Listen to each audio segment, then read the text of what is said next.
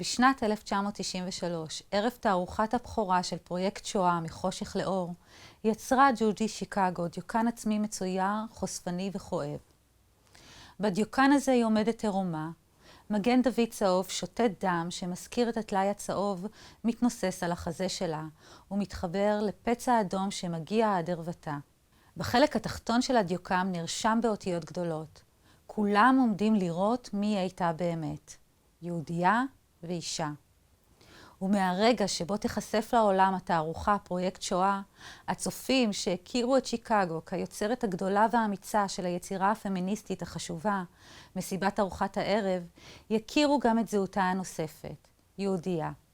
שיקגו מסמנת כאן אחרות כפולה, אישה ויהודייה.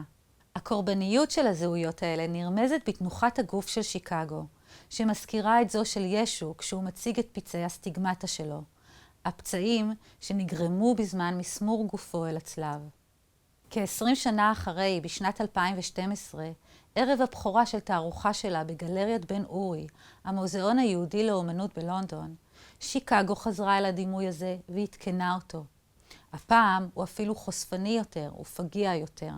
זה תצלום ריאליסטי ממש, שבו שיקגו בת ה-73 עומדת עירומה, חושפת את גופה המזדקן, ועליו נראים אותם הסמלים, מגן דוד צהוב ופצע שיורד עד הערווה שלה. גם כאן שיקגו כותבת, כולם הולכים לראות מי הייתה באמת. ומסביב כתובות המילים שמספרות את האמת. המילה האמת כתובה בתוך הפה. היא אומנית, אישה, יהודייה ואישה מזדקנת. שוב שיקגו מקדימה את זמנה ועוסקת בנושא מוזנח בתולדות האומנות. הגוף של האישה הזקנה מנקודת מבט נשית. בדיוקן הזה שיקגו יוצרת חלופה לדימוי של האישה המקובל בתולדות האומנות ושמבוסס על ונוס, אלת היופי, האהבה והפריון, שמשמשת קנה מידה ליופי הנשי. שיקגו לא מתאימה לשמש ונוס, לא רק בגלל הגיל שלה, אלא גם בגלל הגזע שלה, בגלל גופה היהודי שסומן במשך ההיסטוריה באחרות. הוא סומן בחברה הנוצרית בחוסר נורמליות, בסטייה, במחלה, בסטריאוטיפים שונים כמו האף היהודי. זה היה גוף שנרדף והושמד.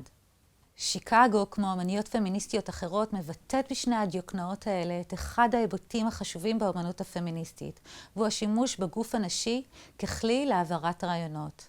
זה נעשה מתוך הבנה שהגוף הוא לא רק ביולוגי, אלא גם תוצר חברתי ותרבותי, והוא מגדיר את הזהות האישית והקבוצתית שלנו. הוא מגדיר את האופן שבו אנחנו רואים אחרים, ואיך הם רואים, מגדירים אותנו.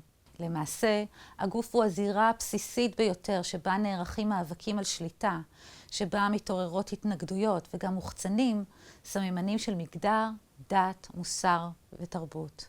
בשיעור הזה נעסוק בהצטלבות הכפולה שמציעה שיקגו, הצטלבות שבין הגוף הנשי ובין הגוף היהודי, הצטלבות שבין סקסיזם לאנטישמיות, בין שוביניזם לגזענות.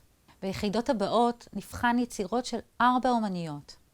אלינה שפוצ'ניקוב הייתה יהודייה ממוצא פולני שעסקה בגופה המתפורר משני היבטים, כניצולת שואה וכחולה בסרטן השד. חנה וילקי נולדה בארצות הברית בתקופת השואה ועסקה באחרות הכפולה של היותה אישה ויהודייה וגם כחולה במחלת הסרטן. יוכבד ויינפלד היא אומנית ישראלית ממוצא פולני שחיה כיום בארצות הברית ושמעמידה את גוף האישה היהודייה במרכז העבודות שלה כבת הדור השני לשואה. ודבורה קאס האמריקאית שנולדה לאחר השואה ומתמודדת עם סטריאוטיפים על נשים יהודיות בתרבות הלבנה הגברית הנוצרית השלטת בארצות הברית. כל אחת מ4 האומניות האלה יוצרת עבודות אוטוביוגרפיות באמצעות שימוש בדימויים של הגוף הנשי היהודי.